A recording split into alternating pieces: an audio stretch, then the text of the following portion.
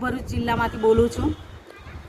રાજસ્થાન ખાતે બાંસવાડા જિલ્લામાં એક સંમેલન કરવામાં આવેલું હતું। એ સંમેલન ખાતે એક આદિવાસી મહિલાએ સ્ટેજ પર જઈને એને સ્પીચ આપેલી અને સ્ટેજ પર જઈને સંમેલનમાં એને ખાસ કરીને બહેનો પર જે વક્તા તરીકે વક્તવ્ય આપેલું એને એ મેનકા ડામોરને હું ચુનૌતી આપવા માગું છું કે એને જે વાત કરી છે કે આદિવાસી હિન્દુ નથી।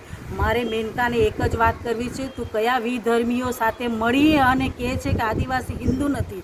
આદિવાસી બહેનો પર ખાસ વાત કરી કે આદિવાસી બહેનોએ મંગળસૂત્ર ન પહેરવા જોઈએ, આદિવાસી બહેનોએ ટીકો નહીં લગાવવો જોઈએ, આદિવાસી બહેનોએ શિંગાર નહીં કરવો જોઈએ, આદિવાસી બહેનોએ ઉપવાસ નહીં રાખવા જોઈએ, આદિવાસી બહેનોએ વ્રત નહીં કરવા જોઈએ। તો તને આ વાત કરવા માટે કયા વિધર્મી લોકો સાથે મળીને કયા લોકોએ તને ફંડિંગ કર્યું છે અને કઈ તાકાતથી તું બોલી રહી છે?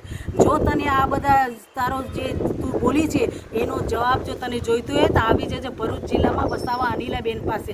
અને આ સ્ટેજ પરથી તે જે આ બોલી છે કે જે અમારા આદિવાસીની સંસ્કૃતિને તે દબાવવાની કોશિશ કરી છે, આદિવાસીઓ લોકોને આવી ખોટી રીતના તું ગેરમાર્ગે દોરી રહેલી છે।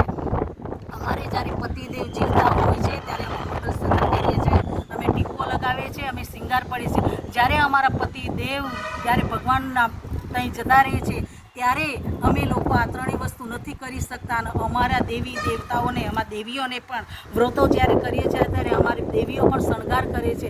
અમારા શણગાર વગરની સ્ત્રી કેવી હોય છે એટલે કયા ધર્મમાંથી આવે છે, તું કયો ધર્મ પાડે છે, કયા વિધર્મીઓ સાથે મળી અને તું આ બધી બોલી રહેલી છે? તને ફંડિંગ કરવાવાળું કોણ છે, કોનો સાથ છે?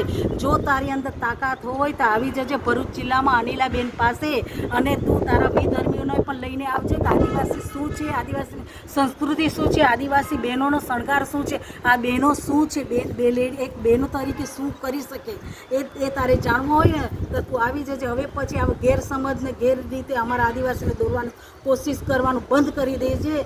અને હું તને એક જ વાત કરું કે આ સ્ટેજ પર તું બોલી છે એનો જવાબ અમે આપીને રહીશું અને એનો જવાબ મું તોડીને જવાબ આપવા માટે અમે તૈયાર છીએ। નમસ્કાર।